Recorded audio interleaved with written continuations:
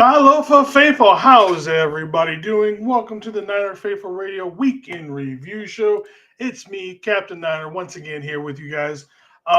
Congratulations, you made it to the end of the week. Most people, if you work a quote unquote 9 to 5 Monday through Friday type job, congratulations, you made it through. You're done. It's time to enjoy the weekend. Time to sit back, kick it, enjoy a drink. As you know, typically this is a drinking show, but until your boy gets a job right now, we're just drinking just regular old soda, no alcohol or anything until I get a job, because that's obviously stuff that can wait until then. So until then, this will be a sober show for now. But until then, like I said, we still got 49ers stuff to cover. A couple of new things that have happened since today. We'll cover everything. We'll do a little preview of the 49ers of the Lions game. Just want to say what's up to everybody who is watching over on TikTok. How's everybody? How's it doing my TikTok, my Captain and Coffee morning people? Again, let me know how the stream looks and sounds over on TikTok. I kind of have to look down at that on my phone to make sure that one is still running. Still getting used to streaming on TikTok, so it's still definitely new for everybody. So we'll see how that goes. But we'll be right back. We will kick the show off, and then we'll get this started correctly, I guess is the word. Go. They are at the 44-yard line of the Chargers. Taylor out to the left side, and Ricky Waters to the right. And a play fake. Young goes deep middle. He's got Jerry Rice. Touchdown 49ers. First touchdown of the game. Comes after only a minute and 24 seconds. 44 yards. Touchdown pass to Rice. He sets another record. You are now tuned in to NFR Weekly News Wrap, brought to you by Power Brand Systems.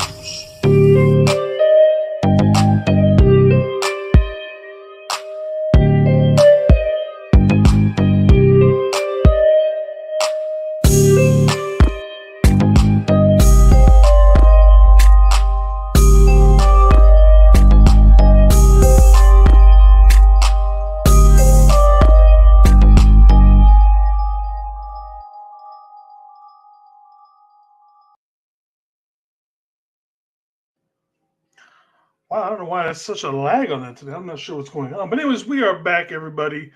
Looks like TJ decided to show up tonight. He's been missing for a few weeks. He's been doing some work stuff. How's it going, brother? What's up, bro? What's cracking lagging? Not much, brother. Just another day, another dollar. Actually, no. As you would say, I didn't make it. As you would say, you got a raise? Shit, I didn't make shit. I'm still unemployed. I'm right there with you, bro. I'm right there with you. How's Christmas? Yeah. Couldn't do shit. Was unemployed. Yeah, I mean, the only I get it. I made the wife, my homemade mac and cheese and shit like that, all from scratch, like 4 different kinds of cheese, blah, blah, blah. That's about all we did for Christmas. No, I mean, for those who are going to watch the show on Monday, you'll see the Niner hoodie I got for Christmas. I got a Niner hoodie. I'm actually wearing the sweats I got. And then your boy got these. Got some headphones that are actually mine. Oh, you got some legit headphones on that one too. Now, I like them. What brand are those? Boys, I think. Either Boys or Brookstone look, they're not $300 headphones or whatever like that, but I ain't gonna lie, I hadn't adjusted the volume. I literally just turned them on. Turned on, I think it was like the Tuesday show or something, just to like see if they worked. I just clicked on the Tuesday show, and so I hadn't adjusted the volume or anything like that. And so I was walking outside right now, and I had my headphones like this, and I still heard it. I was like, damn, these headphones slap. I was like, hold on. So yeah, I got your boy got some headphones that are actually mine. So that's all I wanted. Yeah, but yeah, just chilled back. Had a few people over at the house and ate some tri-tip. The tri-tip was smacking. I ain't gonna lie. Tri-tip was cool. I do love me a good tri-tip.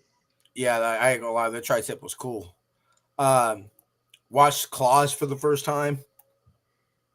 So is that the one with what's his name? He's like going around shooting everybody? No, it's a little kid one. It's basically the story of Santa Claus but it's not really like Santa What the Claus, hell was you I know? thinking?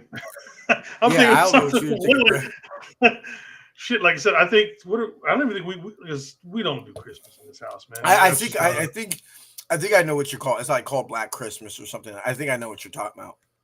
Yeah, we got the biggest fairy in the house. How's it, Tommy? Thank you for showing up, my What's brother. cracking for Aries? Yeah, like I said, Um, I think I sat around and I played Marvel Rivals most of the day. Did some other things. Like I said, the wife was working because she got double time at work. She's like, "I'm going to work. I don't give a damn what you say." I'm like, "Go ahead." yeah. So Look, I had told my boss, I was like, hey, if nobody wants to work Christmas, hint, hint, hint, yeah. but we weren't See, and able I always to. volunteer to work Christmas because being the only person usually at work without kids or anything else like that. Like, look, Mhm, I'm not mhm, working mhm. Thanksgiving because I want to cook Thanksgiving and I want to do all that. But Christmas, I understand that's for the kids, all that kind of stuff. So I Yeah, usually, Christmas is for little whenever kids. that's what I'm saying. I always volunteer. That way, everybody else can stay home with their kids and stuff like that, Mhm. especially in the morning. Like, look, just stay home, hang out with your kids. I'll work. So I've always been nice to do it that way. Yeah, and you look, time and a half is time and a half, bro. You know, Exactly. Yeah, it don't hurt at all. like I ain't gonna lie. I think I worked 5 hours Thanksgiving, but it wasn't nice to get $125 check after working, Yeah. only 5 hours. Like, I ain't gonna lie, that was kind of nice for you, boy. The only holidays I don't mind working, like I don't mind working Christmas because obviously, um, New Year's Eve doesn't really matter. It's New Year's Yeah. Eve day. It's New Year's Day that you want off, and the same thing with Fourth of July. Everything closes at Fourth of July early because everyone wants to go see fireworks. The professional alcoholics like me, you got to work. You want the day after the Fourth of July. You want the 5th of July after off. That way you can still be hungover and not go to work. Yeah, no, that's always kind of like I remember last year people were like, "Do you want your?"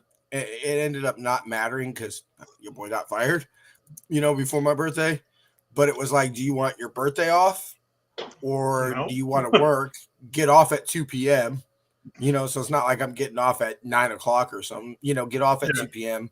and get and then just say, "Hey, I could do whatever the hell I want tonight." Because I know I could just sleep in tomorrow. That's actually, honestly, same scenario presented to me to this year. That's probably what I would do. Just like, hey, let me work on my birthday. Let me do an opening shift, get off of work at 2, 3 o'clock, and then go ahead and do whatever the hell I want, and have no consequences the next day. Yeah. And we're of the age where it really doesn't fucking matter. Like, I think the next time I'll give a shit about a birthday is when I hit 50, just because 50 is a mark. You know what I mean? But like 45, 47, meh, I mean, what? nothing. Yeah, like, what am I gonna do, bro? Go to the club? Exactly. Like, let's be real. A nice dinner, a nice dinner And a and new pair of some, socks and some underwear, and I'm action. good. Yeah, and I'm cool, bro. Or like, even with presents, like this year, legitly, all I wanted, I told everybody, I don't care about nine. I mean, I've been my grandparents had to restrict me and told me you're not allowed to put 49er stuff on your Christmas list. So everybody, I mean, like, come on, I'm one of the easiest people in the world to shop for. The only problem is, does he already have it? Kind of situation. But That's funny because Deb's the same way. She's like, I could be really easy and just get you 49er shit every year, but I feel like that's just cheap. And she's like, that requires no thought. I don't have to think about it. Just the only problem I is, mean, mine is again, does he already like have it? this. You know what I'm saying? So would I rather had somebody give me something like this? Like, yeah, this is in theory 100% Niners, but like, I'd rather get that. You see what I'm saying? Like, if you told me, like, especially doing my own t-shirts and stuff, I never deny anything. And I understand when people do it because it's, hey, what the hell do we get, TJ? I'm so weird, and I'm very You're very eclectic. Yeah, and I go through moods. Like, I tell people all the time, like, I'll have time periods where I probably haven't even physically turned on my PS4 in like 2.5 months. I physically have not turned on my PS4 in like 2.5 months. And then there'll be times where I maybe only shut it off for 20 minutes a day, kind of situation. But Looks like Mr. Tommy over here was working with Christmas Eve and had a gig. I wouldn't mind doing that, bro. Yeah, I mean, I don't think I've ever actually hung out or known actually in general many Cuban people. I've never actually been around. I mean, I've heard, stories about, hanging out with Cuban people and how they like to drink and everything like that. But I've just never been around a whole lot of Cuban people in my life. But I saw Tommy on TikTok jamming and shit like that with some of his stuff. Yeah, no, I mean, I wouldn't necessarily say if I was a better musician, I should say, I wouldn't necessarily mind jamming out on Christmas. No, that'd be a great thing to do. Yeah, that'd actually be pretty dope. All right, my man. Well, before we get started, go ahead. I was going to say this week's always a weird week for your boy because let's be real. Anybody who thinks this is anything close to a rivalry is like, we're not kidding ourselves. They hate us more than we hate them, type of thing. Yeah. But it's always been a little weird because so much of my family are Lion fans. This has always been like a little lightweight personal rivalry, Yep. Yeah, Tommy, I remember seeing you on that one. And yeah, you were looking pretty dapper in that blue suit.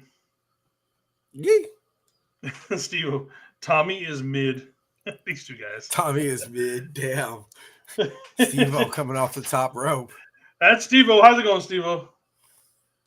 What's cracking, but yeah, Steve-O? so let's get into this show, shall we? So obviously we are going to have a throwdown in Motown. I know it's not there, but I couldn't think of anything else.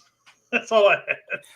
It's so funny that you said throwdown in Motown, right? Because so I was watching, it was, I think, Larry Krueger and Damon Bruce, I think it was.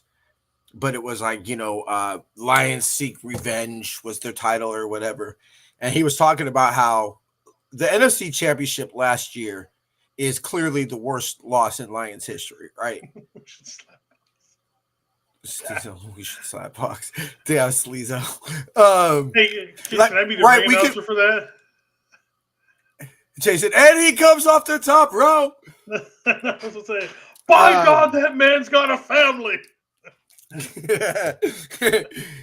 But we clearly last year NFC Championship games worst loss in Lions history, right? Like, you consider the circumstances, the way it happened, all that. So I was thinking, I was like, I wonder what they would like. We obviously have the catch game, the catch two, but you don't really ever hear with storied franchises. You don't ever it's not called the Kyle fucking Williams game. We just simply say Kyle fucking Williams. The 91 NFC Championship game ain't called the Roger Craig fumble, But I thought, I was like, what would they call that? Like, what would Lions fan? And I thought the fiasco in Frisco. And I was like, that's their little name for it. So it's funny that you say the showdown in Motown. I was like, the fiasco in Frisco. I like it though. I like it for the fiasco. We got She Loves Jade in the house. How's it doing, my man? Thank you for showing up. Don't think I've ever seen you. What's before. up, bro? How you doing? So they got Steve-O in here with this one. It's so box where you hit the desk twice with a fist and such. Yeah. Oh, bro, the comments that have a life of their own. Usually do. Let's see. This one. You're about to wish you never wore a piece of that shit red and gold. Okay. Hi. What's up, bro? I mean, I'm going to assume he's a Lions fan. I'm going to assume he's a Lions fan. And look, you and I have pretty much been saying it since the season's turned out the way it was. Like, how many times on Tuesdays did we say, look, Jason, if this team is playing like they are against the Lions, we would get smoked, right? Like, we've been saying that. Yeah. And everything like that. My personal prayer for this game has always been that the Eagles lose Sunday. That way the Lions clinch the 1 seed. And everybody, just because of you've gone through the whole week of prepping, you've done game planning. I see it more being a scenario of, hey, we'll play everybody the first half, and then we'll start pulling people. Which automatically gives the Niners are going to win. No. I mean, let's be honest. No. I mean, it's what it is. In a game where they're well, let's be real, they're going to be motivated in this game no matter what.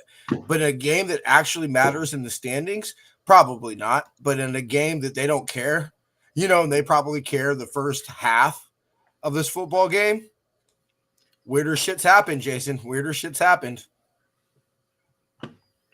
Yeah, I mean, like I said, but you know what the worst part about this game is to me personally?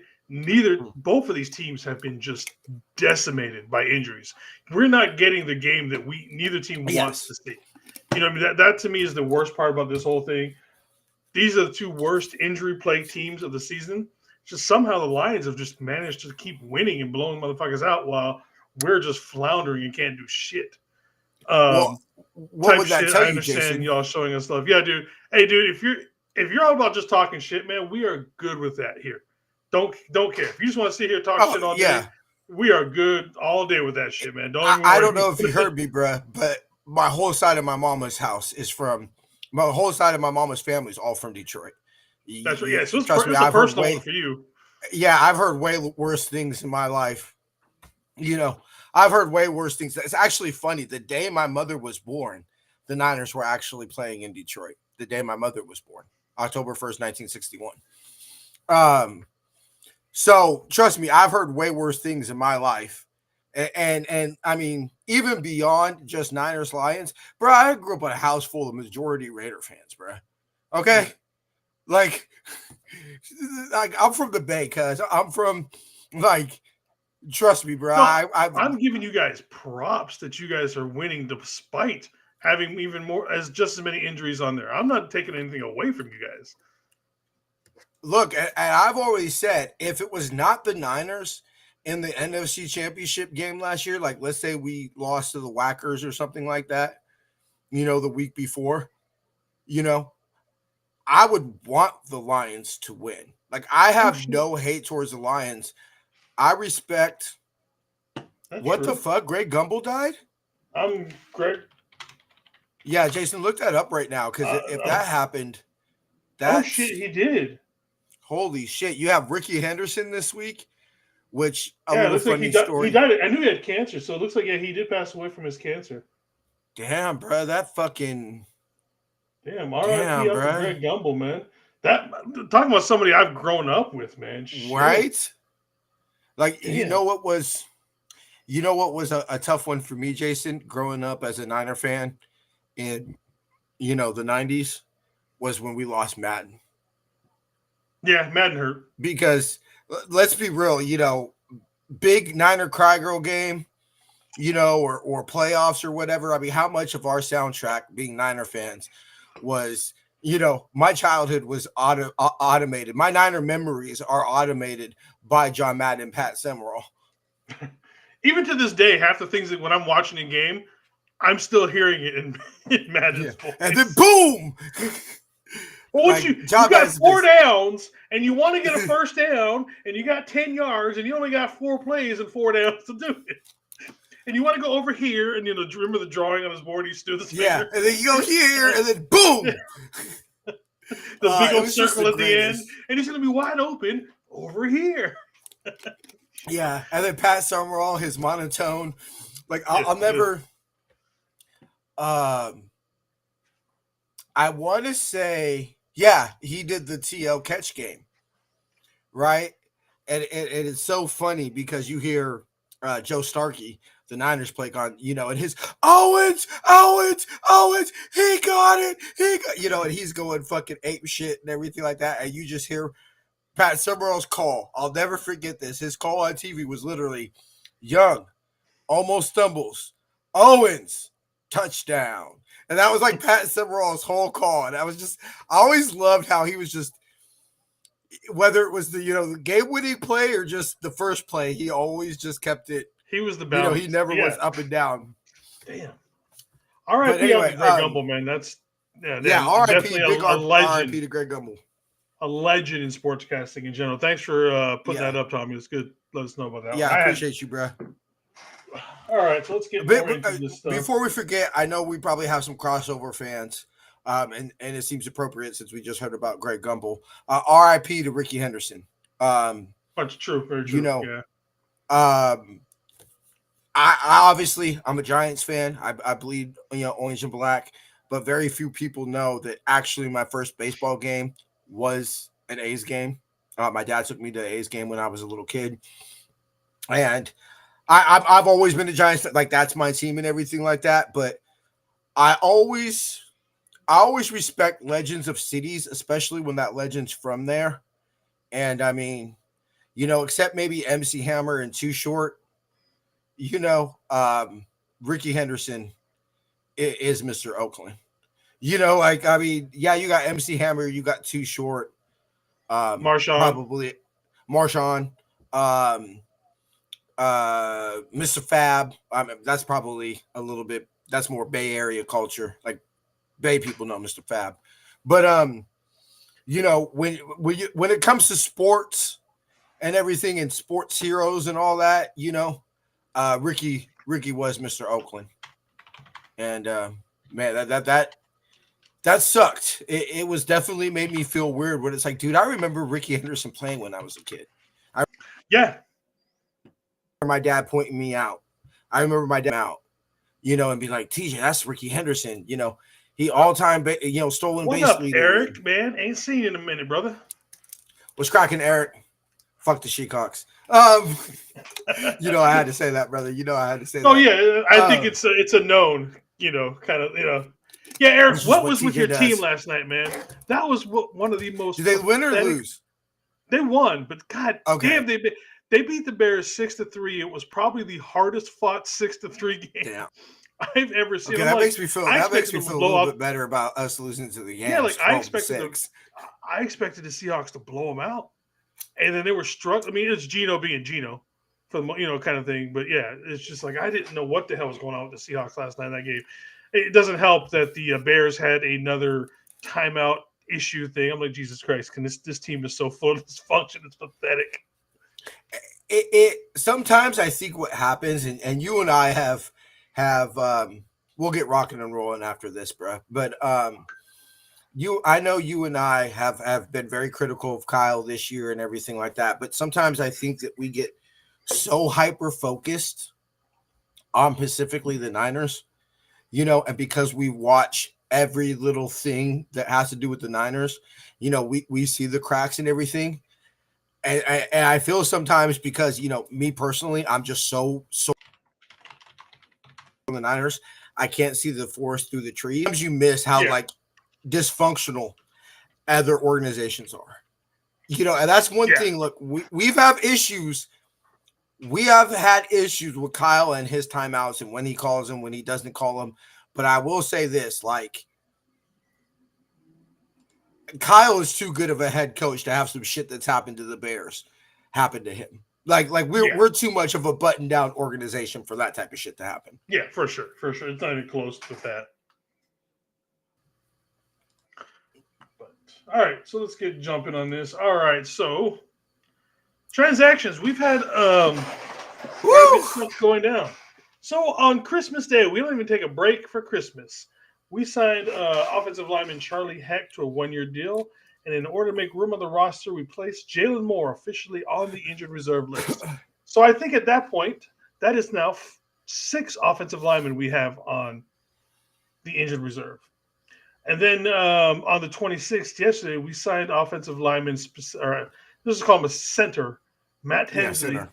To a 2-year deal. And then offensive lineman Sebastian Gutierrez to the team's practice squad. And in order to make room on the roster, we placed Trent Williams on the IR officially. So I think we're up to now 7 offensive linemen it's on the IR. I mean, at this point, and I don't know if you've heard today's news, but we'll get to that here in a second. It gets better. And then also yesterday we opened up the practice window for linebacker Tatum Bethune. Yeah, I didn't see that one yet today. Which one? I mean, the Tatum Bethune. I hadn't seen that one today. I mean, when you break down the offensive linemen, Jason, Trent Williams, Aaron Banks, because Aaron Banks in trouble. Tommy's in trouble. Throwback found him. What's up, throwback? Isn't Aaron Banks also on IR now too? Aaron He's Banks been is on there. Yeah. John, So you got Trent no, Aaron Williams. Banks is not on there. Okay. Well, but he's done for the year. Yeah, he's done. It just hasn't the official move. It'll has not been probably made be yet. a day before the game move when we call up Sebastian Gutierrez to the practice squad or something. You got Trent Williams, Aaron Banks, John Feliciano, Ben Barch. and Ben Barch. Basically, you could have, out of training camp, you could have definitely seen a starting 4 out of 5, basically the only one being Colt McKivitz. That basically is almost what you could have imagined possibly being our starting offensive line that's on IR, Jason. Yeah. I mean, if I told you Trent Williams, Aaron Banks, obviously tackle. If I would have told you John Feliciano would have came in and been center. Ben Barch, if minus Pooney, if Pooney didn't come in and do what he did, you could have made an argument that Ben Barch eventually would have started. So basically the only player that you would have said would have not been a starter or / would have had significant playing time this year that's not on the IR is Colt McKivitz and Dominic Pooney. But TJ. Oh no! Let's go to this next slide. Don't tell me some shit, cuz. So, also, you got to remember, we also do not know the health status currently of Spencer Burford. That's true. And we don't know if he's going to be able to play or not. So he also could be going to the IR. But, and just to let you know, Colton McKivitz also did not practice today with some sort of a knee injury. So, I mean, look, I don't. Where's that Lions fan at, bro? If you beat us, if you smoke us on Monday with what we're showing you here, and I understand y'all decimated with injuries too, but what y'all like? You remember in I think it was 2020.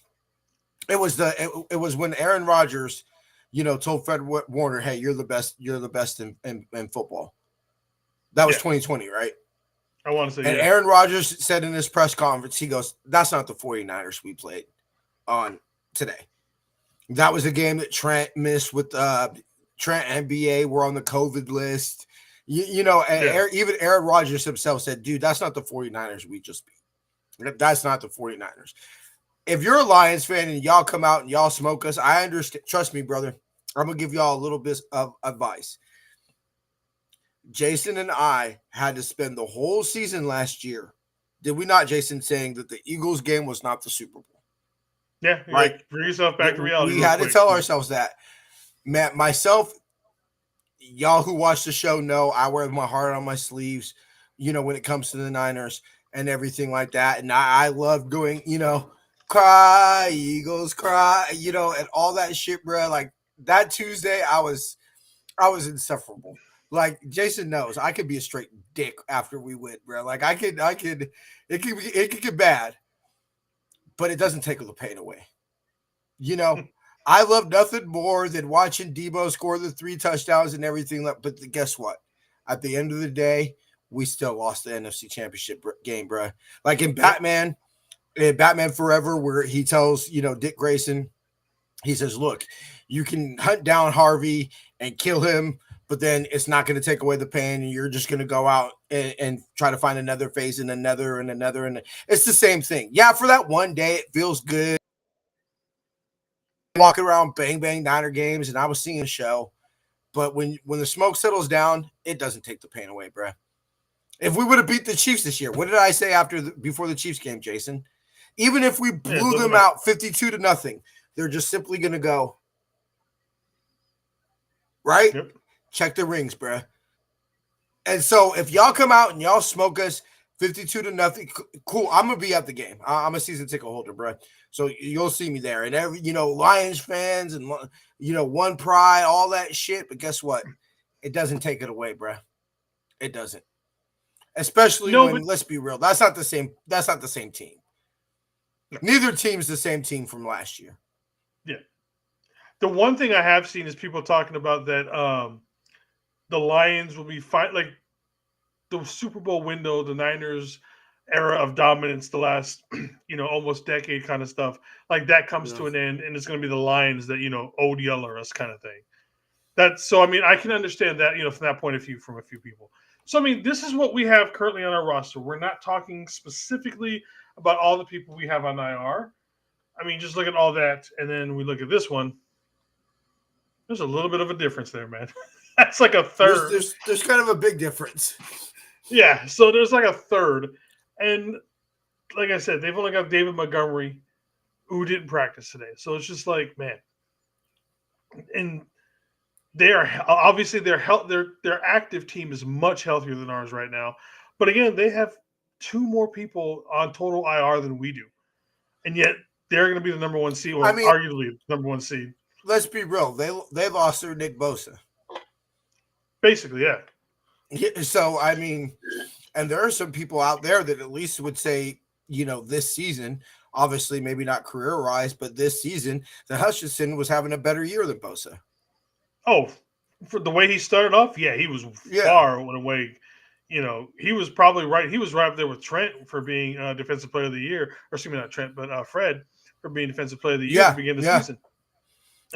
Before he got hurt. So, so I mean, this is what they've got. So I mean, just the microcosm, especially right now. Like I said, for the majority part, their active roster is healthy, and then our active roster is literally holding on by a fucking string, man. Dre's going to be placed on IR. Huh? I said Dre's going to be placed on IR. I'm just going through the people that are going to be placed on IR. Yeah, Dre. I mean, literally, we had our backup right guard playing left tackle last week. Jason, that's all you got to say. Well, if Spencer Burford doesn't go this week, so that means at right tackle, it's probably going to be Colton. No, excuse me, left tackle. I'm sorry, it's going to be. Yeah, well, let's start with left tackle. It's going to be Austin Pleasance. Sorry. Your left guard, Nick Zakel. Center, Jake Brendel. Right guard, Dominic Pooney. Right tackle is going to be Charlie Heck, who we just started. Hey, Brock Purdy, merry fucking birthday for this week. Happy birthday, Brock. Yeah, I know, man. Today's his birthday. That's what I'm saying. Like, merry fucking birthday, dude. Like, what? He's got to be just sitting there like, and why? Like, I understand next man up, but at some point, the next man up is always going to be the same. But at some point, that next man up's talent level is just getting lower and lower. Look, at the end of the day, let's be real, Jason. We're on our 9th string fucking tackle. Guess what? They don't make 9th string fucking tackles, bruh.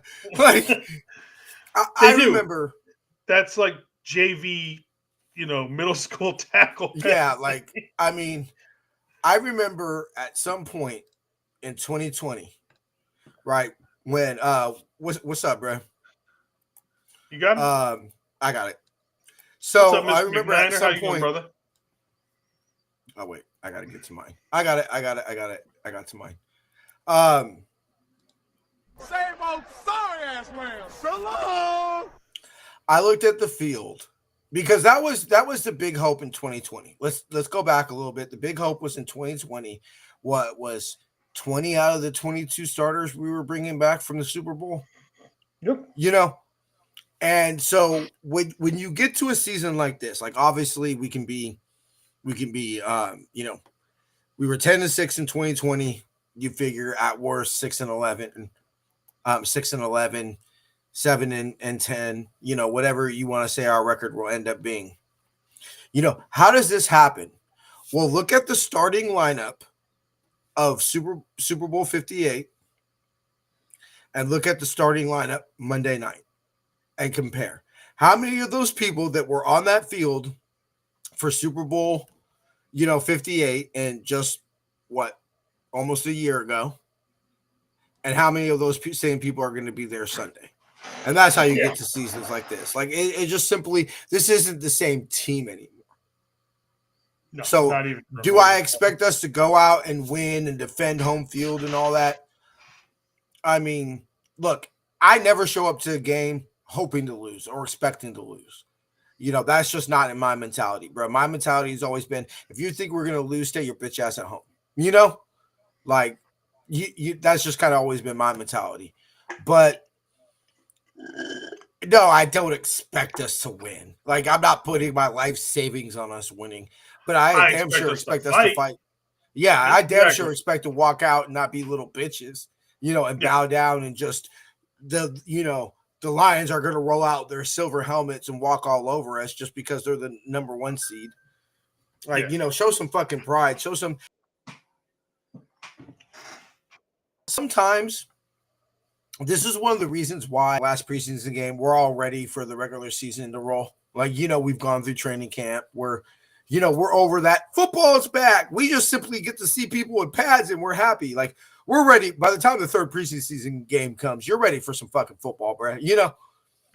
But sometimes, to me, some of the training camp, I'm ready for fucking football. Fucking who you telling? After fucking the 6th practice in a row, yeah, I'm ready to rock and roll. But one of the things, sometimes the reason why I like the last preseason game is when you got a dude who this might very well be his only NFL action in his life, or he's all of a sudden going to go from a $200,000 practice squad player to making $60K as a security guard. Yeah.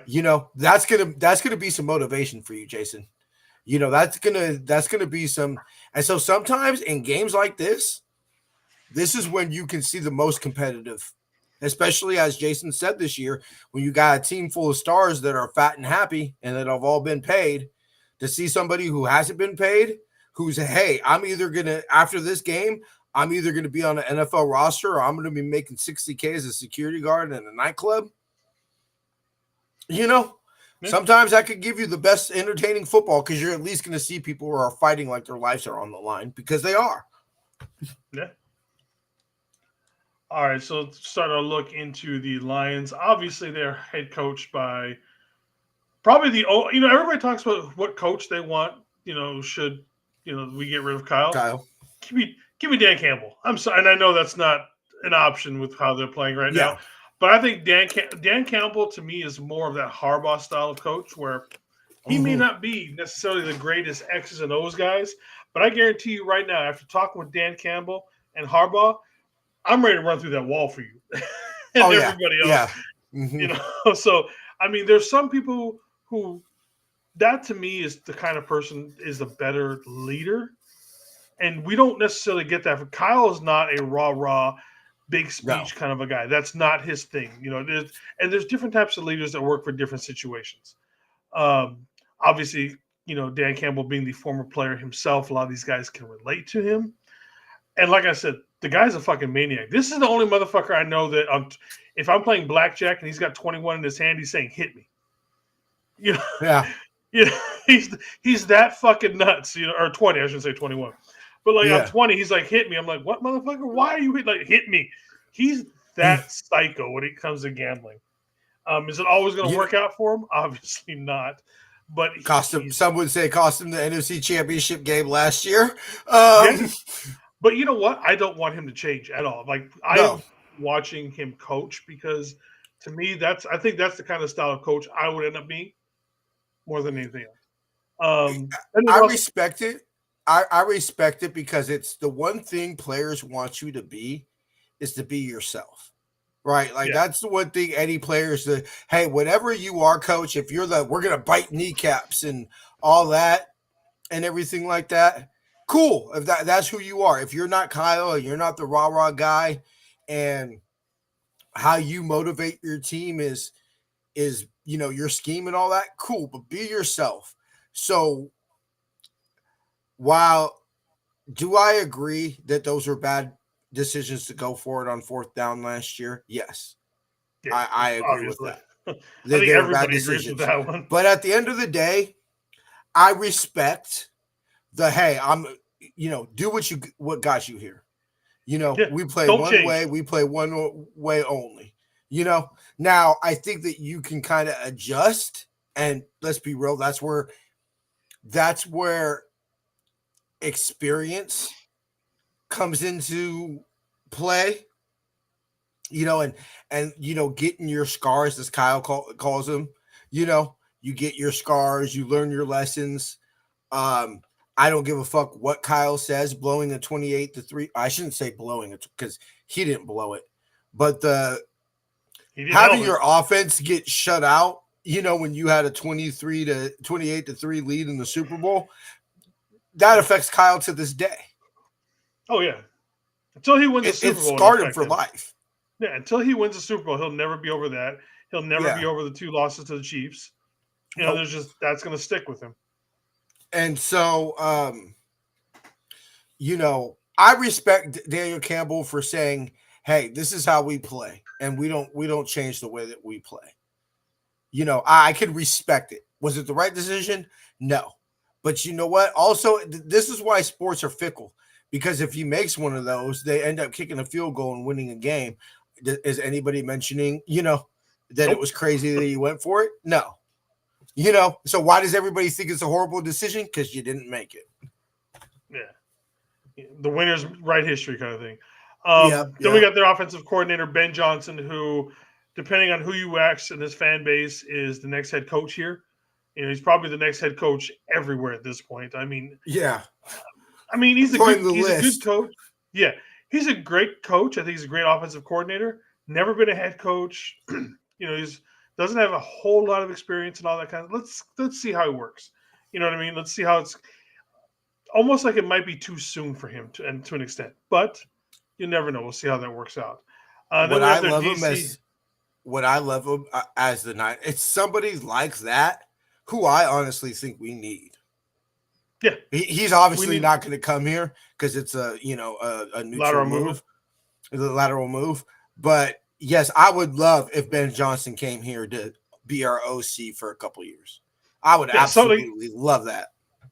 Like you said, we need somebody creative underneath Kyle, almost to push Kyle. You know what I mean? Because right now we don't have anybody really pushing him. No, he's the guru. We all know this. He's John Lynch's boss. Yeah. And then we also have their DC, Aaron Glenn, who, like I said, for some reason, I just love that pose. Like, that's the way I want my defensive coordinator to look. And then we have our defensive coordinator who does this. The most unemotional defensive. Defensive coordinators are supposed to be the ones that, at least from the coaching staff point of view, usually they're the most hype. They're the hype guys. They're the ones that can, fire up guys. And really, what got Robert Saleh on the map? Why was Robert Saleh? Robert Saleh became what he was because of the way he was on the sideline. Yeah, very animated, jumping up and down with everybody. I know we're gonna go this. Do you think we bring Sorensen back? I don't know. Because my whole thing about this is, I was thinking about this, and look, we all have the wet dream of Robert Saleh coming back. I don't think it's going to happen. He's not. I don't think it's going to happen. So we're more likely to get Jeff Ulbrich back here than Saleh, I think. See, and that's the one. That's the one. If you told me, this is how I think Kyle's going to approach the DC this year, or this offseason, as he's going to say, show me somebody better. Well, hey, Jeff Ulbrich is available now and everything like that. And, and obviously has San Jose native and obviously played for the Niners, played his whole career here.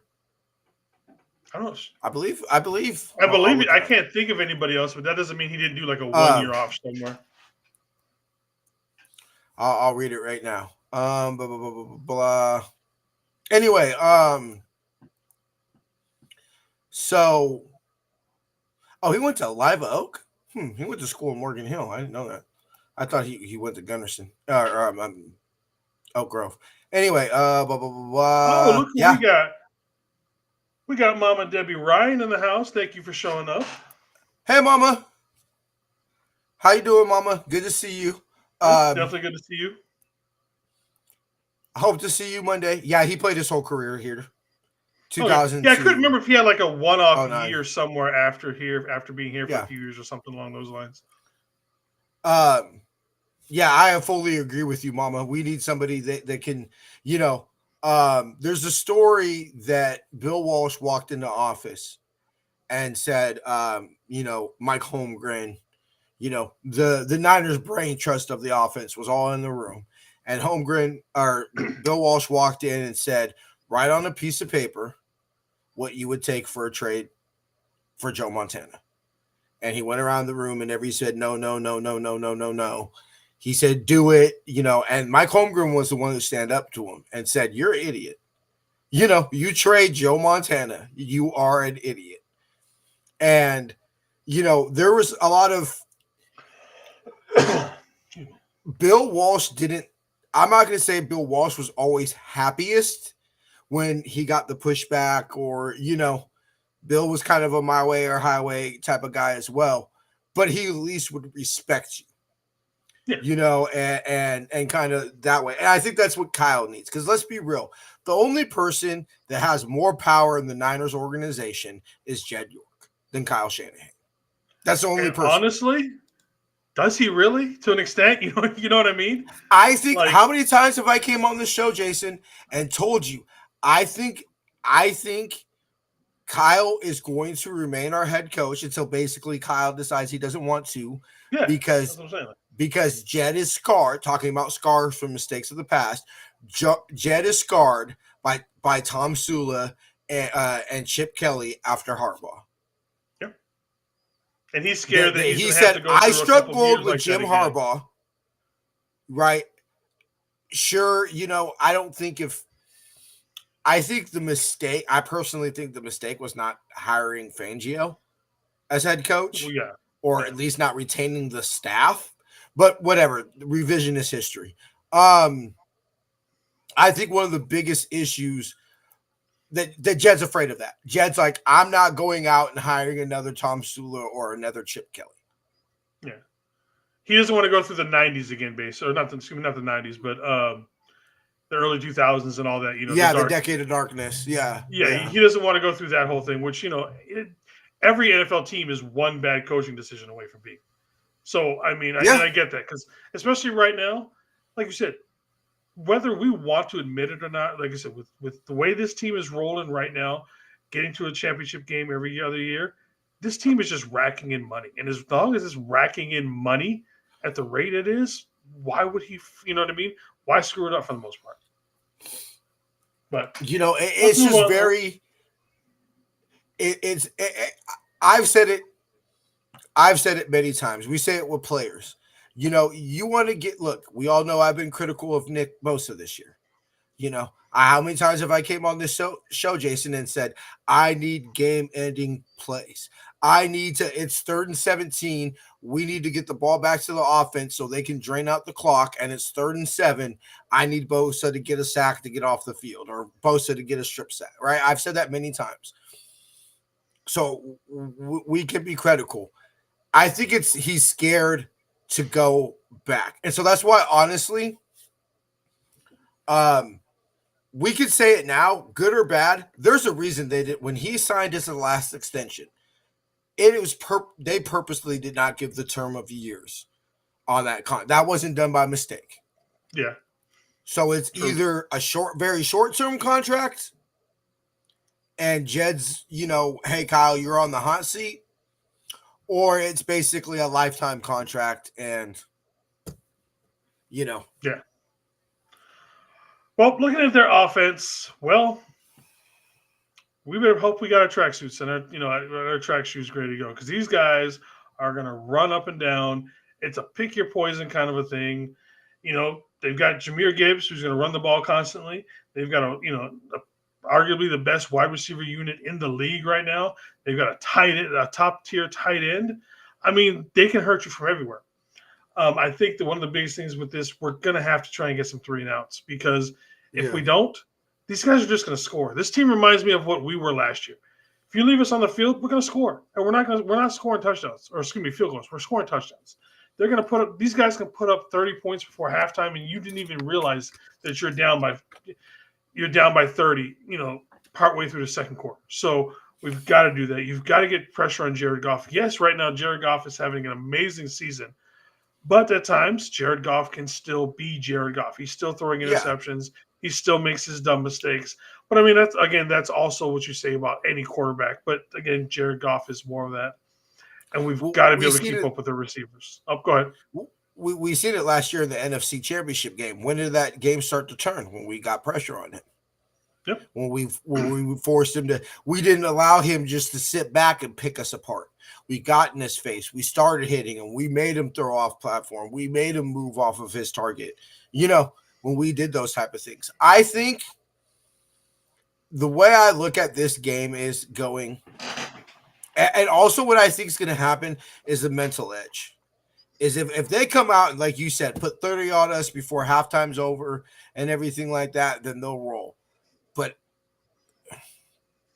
I don't mean this like they're bitches or anything like that, but I'm curious if they get punched in the mouth a couple times, if it's like the first half against the Yams, right?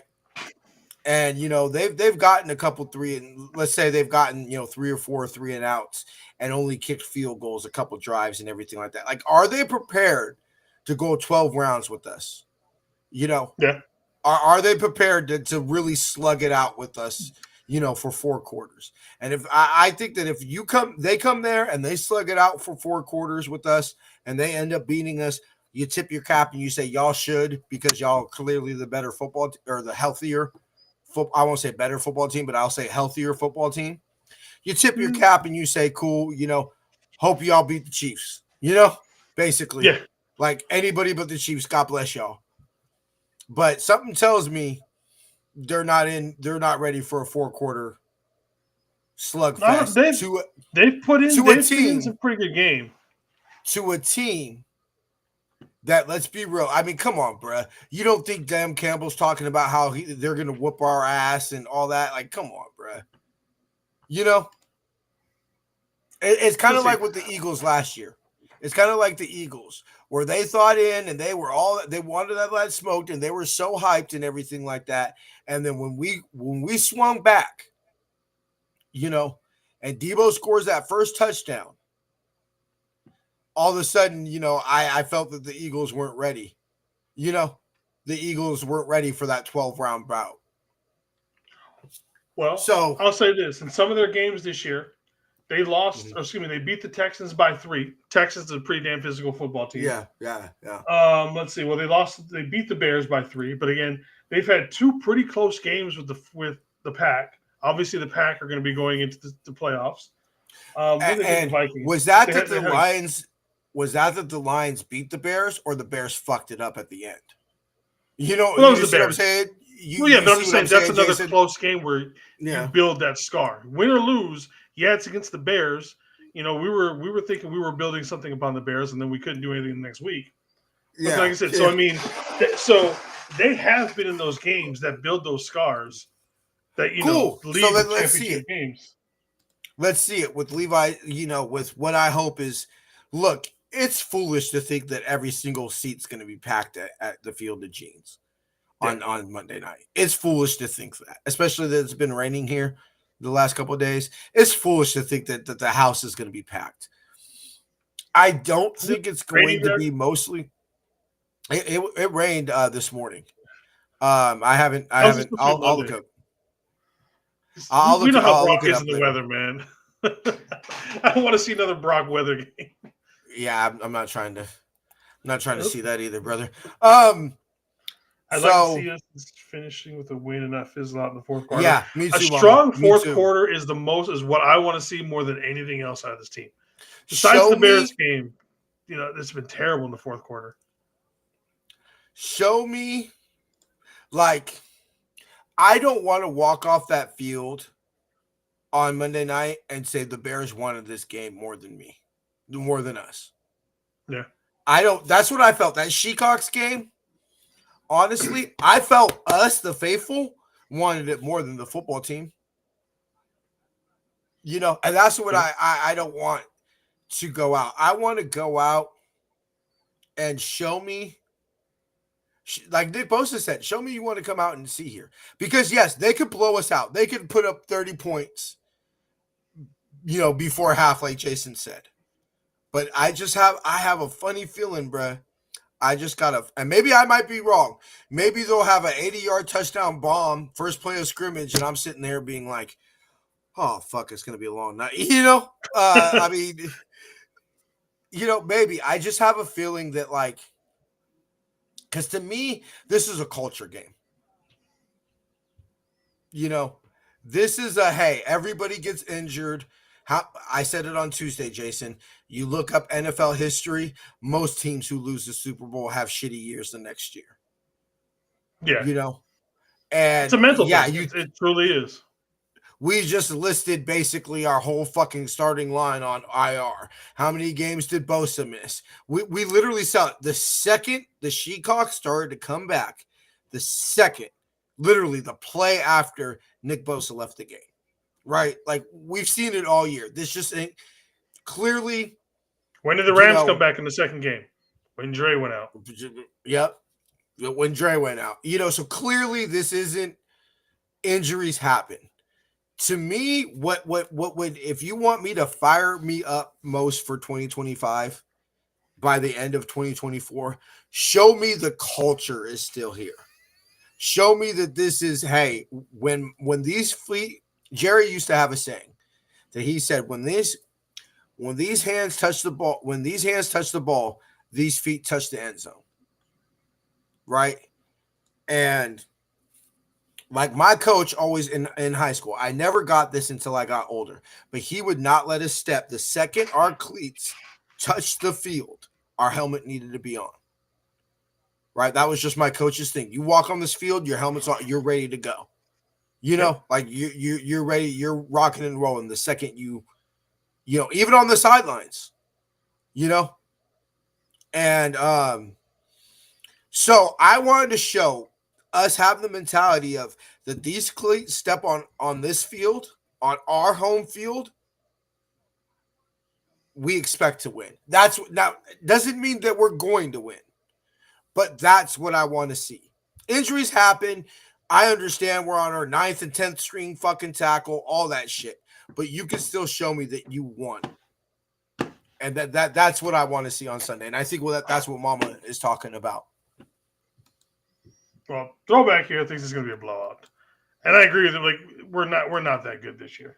I could see it where if you told me that Niners got blown out, then I would hope that it's close in the first half, and then you just see in the third quarter they slowly, kind of like what we did to the Cry Girls. It was a close game, and then we just simply took over in that third quarter. Yeah. You know what I'm saying? Like, hey, we kept it close for halfway through the third quarter.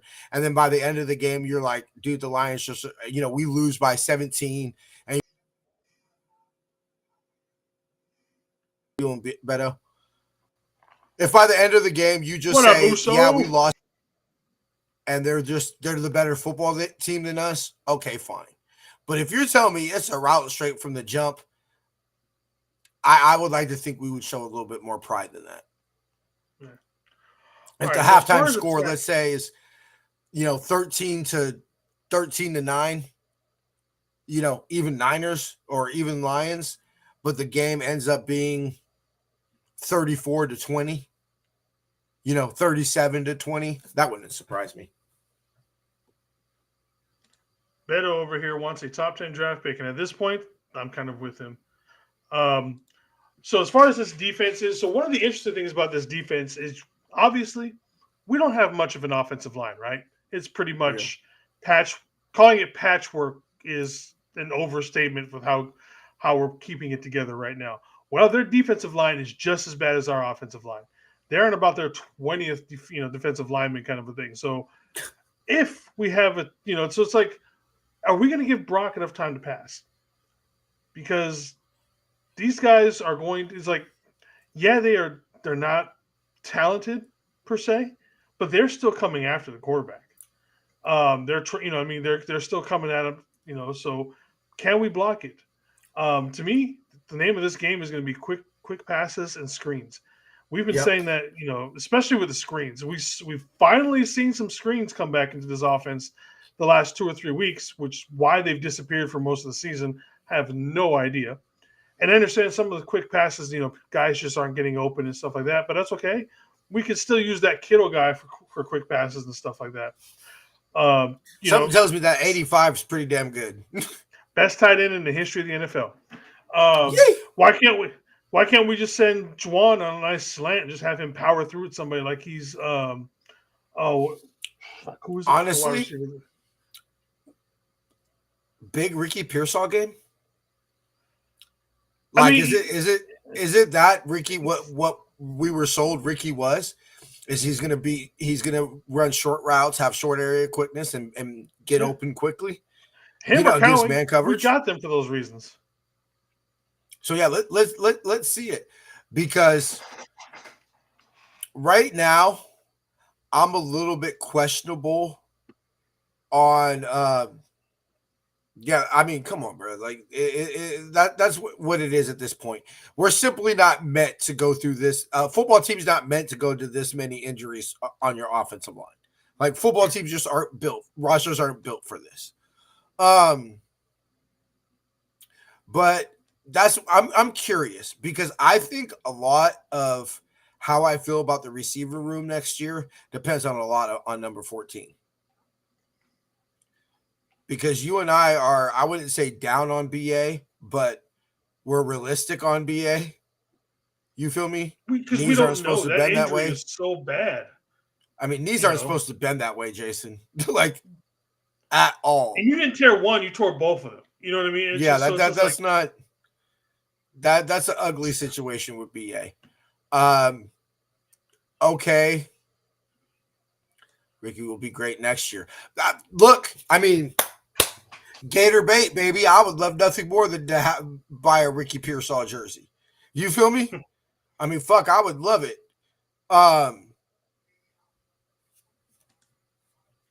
Pooney's still there. Beto. I mean, is he really ever playing though, Beto? Like, is he really ever playing? Touche. You know, or is he's going to be on the field? Yes, but is he playing? like, he'll be there, but will he? Beto, let me ask you this, and I'll let Jason wrap it up with this slide in a second. How are you with?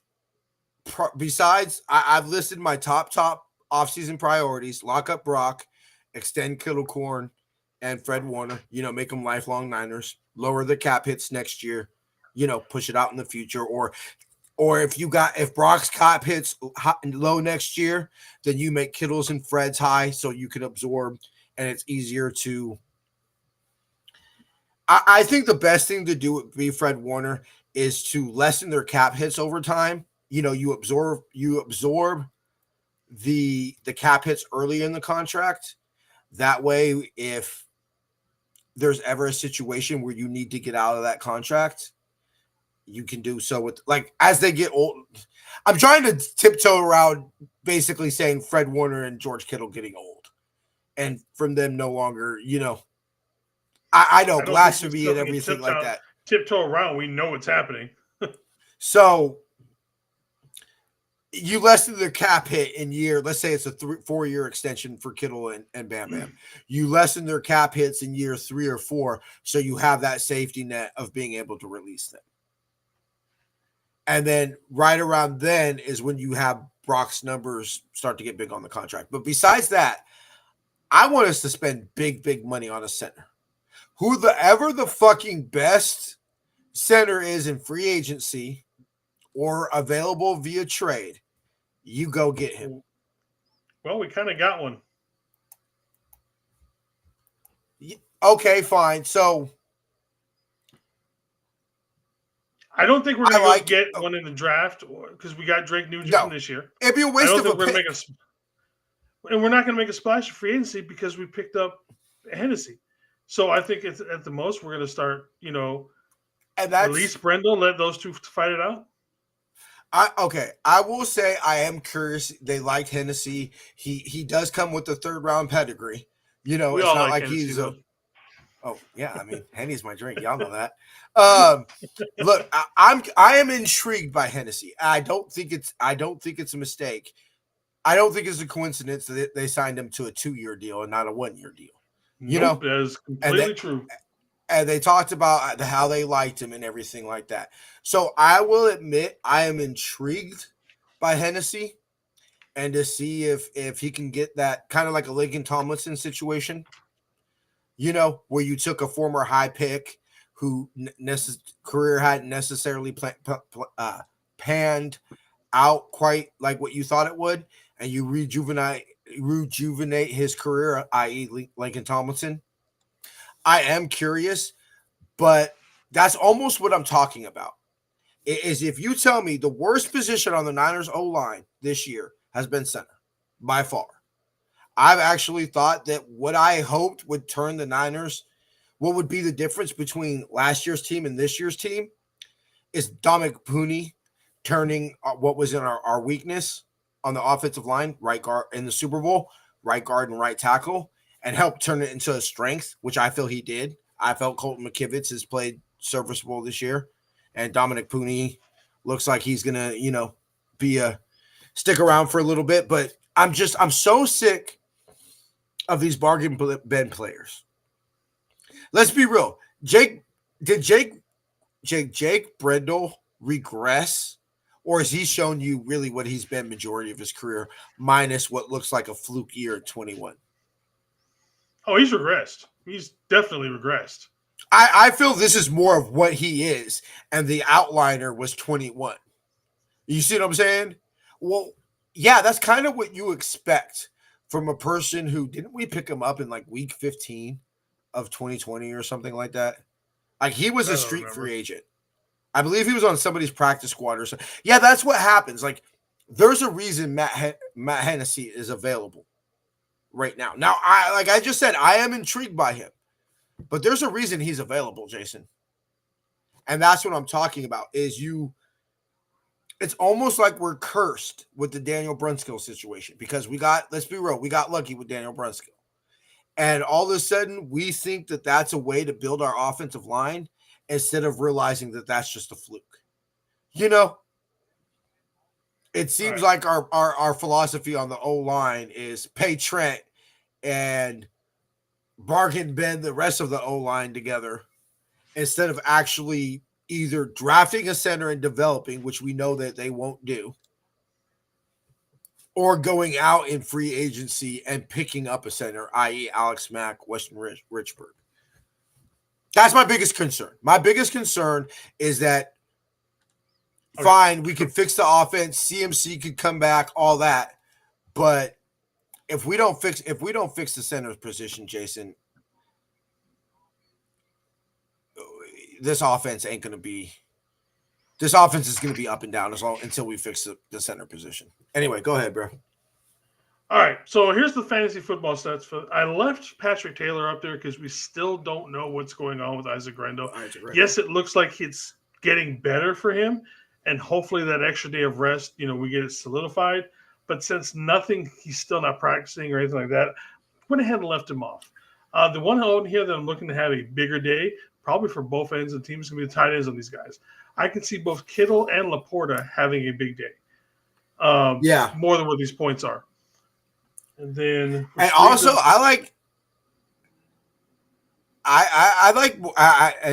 mind you, it could be a lot of points, but from what I understand about fantasy football, I think Jared Goff is a little low too. A little bit, yeah. I think Jared Goff could. It's either going to be, look, if the Niners are in this game or beat this game, Jared Goff's going to have a horrible game. Yeah. So he's either going to mop the floor with us, perfect passer rating, all that type of shit, or he's going to be absolute trash. So I think his fantasy points are actually low. Fair. All right, so right now the Lions are favored by 3.5 points. I'm taking that. I'll take the Niners. Yeah.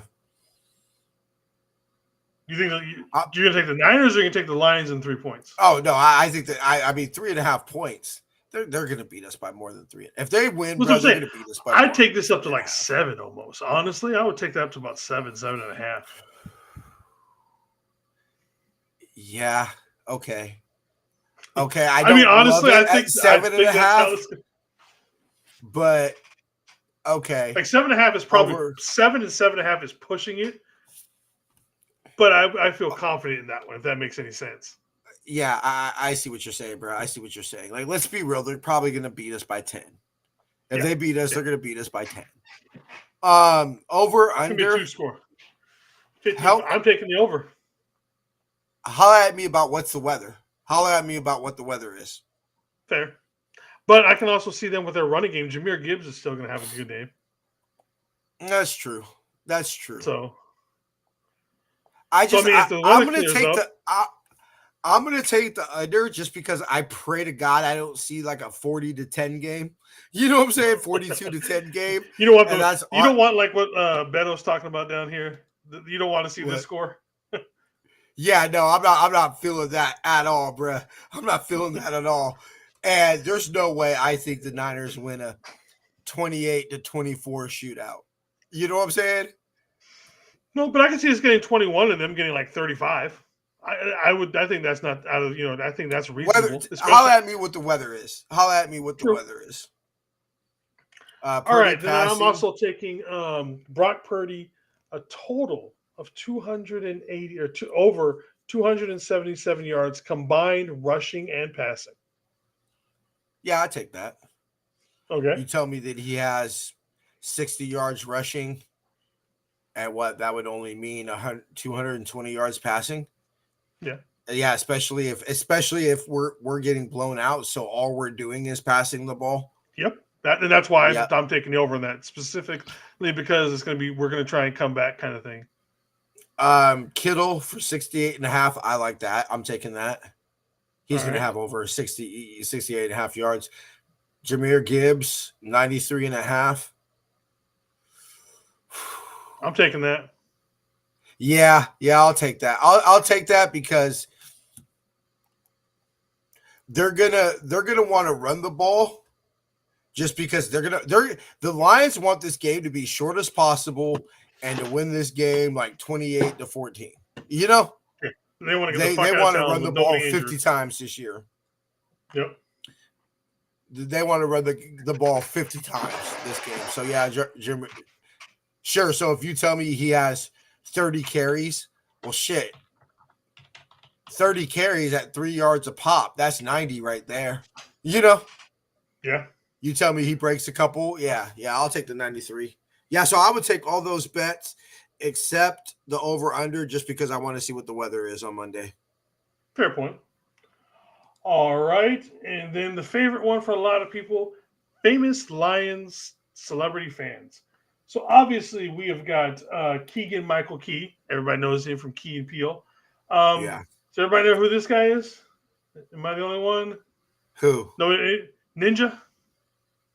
Oh, no idea. Probably the world's most famous video gamer.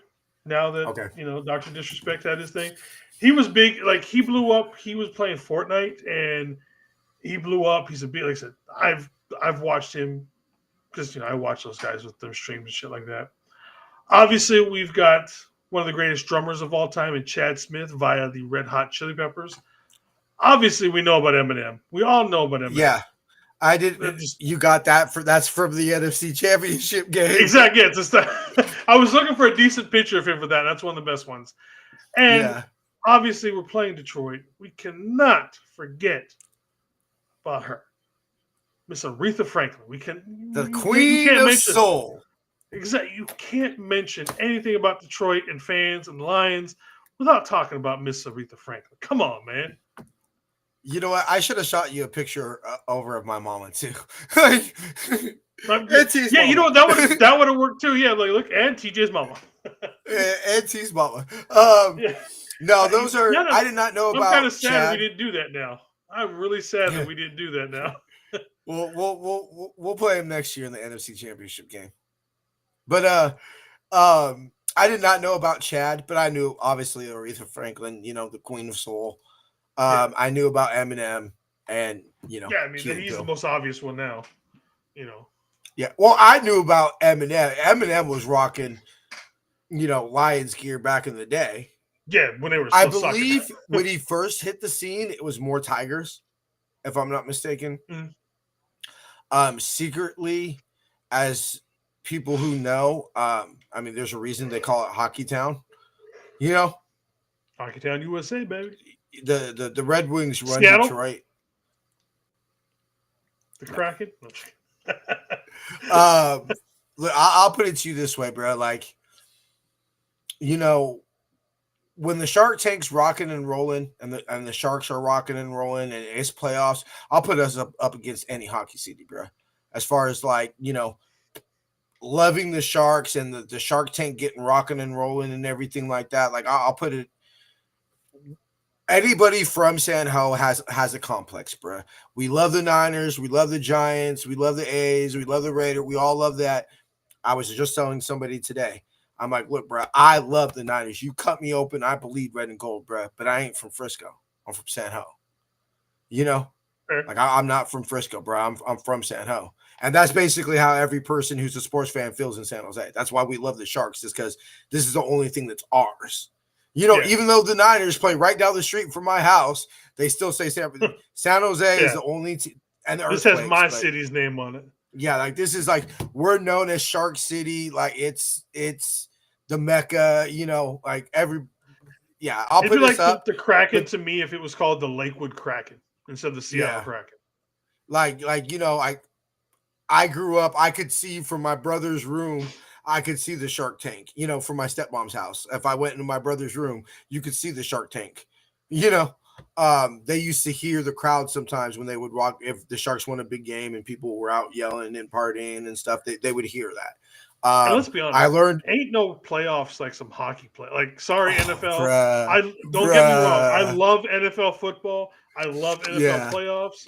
NFL ain't got nothing on some NHL playoffs, man. Hockey playoffs is a whole nother level of insanity. When me and White Boy, me and Sam went, my best friend, the one that I saw that Friday that met us and went to the Titanic thing. So when we played Vegas, and it was a year we were down 3-1. I don't remember what year it was, but we went to Game 5. So we went to the first game that started the comeback and the 4-3, the Joe Pavelski, you know, it was that series. And we went to Game 5.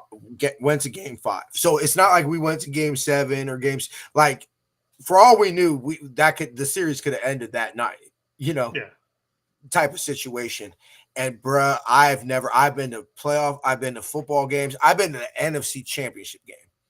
You know, I was there the Raheem the Dream game and everything. I have never felt an atmosphere like I did for that Game 5, bro. I mean, that was hockey's insane, bro. I'm getting chills just thinking about it and everything. And to me, obviously, people are going to say I'm biased. The sickest entry in all of sports. The only thing is when the All Blacks do the haka. That's like on a different level, you know. But to me, the best entrance in all of sports besides that is seeing you know, you hear Metallica blaring "Seek and Destroy," and you watch them lower that shark head. And they come out of the mouth, the shark head, and there's nothing. Look, I love the Niners, you know, ride and die, cut me open, I'm red and gold, but I'm with you, Jason. Ain't nothing like playoff hockey, bro. Playoff hockey. It's just if I had lived here my entire life, because honestly, Seattle's a very big hockey town. Like we didn't obviously have the Kraken until a few years ago, but you look at our minor league, almost every town up and down here has a hockey team. Well, I mean, it's not that far from Canada, bro. Well, exactly. That's what I'm saying. It's like, had I lived here, I could, like, if I'd grown up here, obviously I would have been like a Seahawks fan. I would have probably been more into hockey than I am the NFL. Just hands down, had I been in Detroit, Chicago, the Rangers, you know, one of those towns that had good hockey teams. Original Six City. Yeah. Well, you know, just one, or just a good team in general. I probably would be a bigger hockey fan than I am NFL. Like I'm still playing catch up with the NHL stuff compared to what I know with the NFL. Luckily, I have my family from Detroit, so that's how I got my love of hockey. Yeah. You know, and any sport, like I'm not gonna lie, bro. One of the dopest things is like, I think what truly made me fall in love with hockey was when Olin Nolan scored the hat trick at the All-Star game that was here, the first time we hosted the All-Star game, and he called his shot. I remember he was coming down the right wing, and he called his shot, and he scored the hat trick in San Jose like at the All-Star game, and like I don't know. It's just something different, like when playoff hockey comes and let's go, or right before the game, we always say like whatever city so say Vegas, for example. Hey, Vegas, you suck! And it's just like there's just nothing like Sharks hockey, bro. I miss it. Yeah. But because they don't have just anymore at the Sharks games. And that was a big part, like going in every emission, smoking a joint. And that was like a big part of, but you ever come out here during hockey season, Jason? We'll go to Kuda's game. We missed it, man. We $2 hot dogs, $1. Well, that's what I'm saying. But like, you ever come out here during a hockey season game? I think it might be $3 beers now and $2 hot dogs. But back in the day, it used to be you used to get a ticket for $12, and you had $1 hot dogs and $2 beers. That's the way to go. I'm telling you, Jason, you give yourself $20-$40, go buy yourself a Barracuda ticket, go get drunk and watch some fucking eat hot dogs and get drunk on some cheap beer watching hockey. That sounds Kuda like games get cracking. The Thunderbirds up here are the same way. I love Thunderbirds. Yeah. I haven't been in a couple of years, but Thunderbird games are the same way. When the Kuda first came around, we used to go to games all the time because it was, dude, we can, for $20, we can fucking get drunk, eat dinner, we're going to have 2-3 fucking, and watch some future Sharks, I said, that's all right, brother. With hockey, you can get into it because especially in those minor league games, it's cheap, good fun. Yeah. It's especially if Seattle and San Jose are a little butt-fuck town in North Dakota or Minnesota. The fuck else you got to do? All right, everybody, that's it for the Saskatchewan, Canada. All right, bro. We'll see you Tuesday, bro. Indeed. All right, brother. We'll catch you then. Thank you, later. See you later, DJ. All right, everybody. Thanks again for showing up to the Niner Faithful Radio Week in Review show. Thank you, TJ, for showing up and doing the show with me. Wow. So I get a little tongue twisted. So tomorrow, Jamie will be going over the pressers that we've got going that have taken place today. That'll be our Saturday content. Obviously, nothing's going to be going on Sunday. So obviously we're not playing Sunday. And then Monday, I won't be doing a reaction show because obviously we're playing Monday night. So on Tuesday will be the next time we get a big show with us. It'll be me and TJ. I'll do the reaction show sometime, hopefully Tuesday morning. And then we will have our full review for you guys, 4:30 Tuesday afternoon. All right, everybody. Thank you again for watching us over here at Niner Faithful Radio. Fa Fatai Te Lava. One love.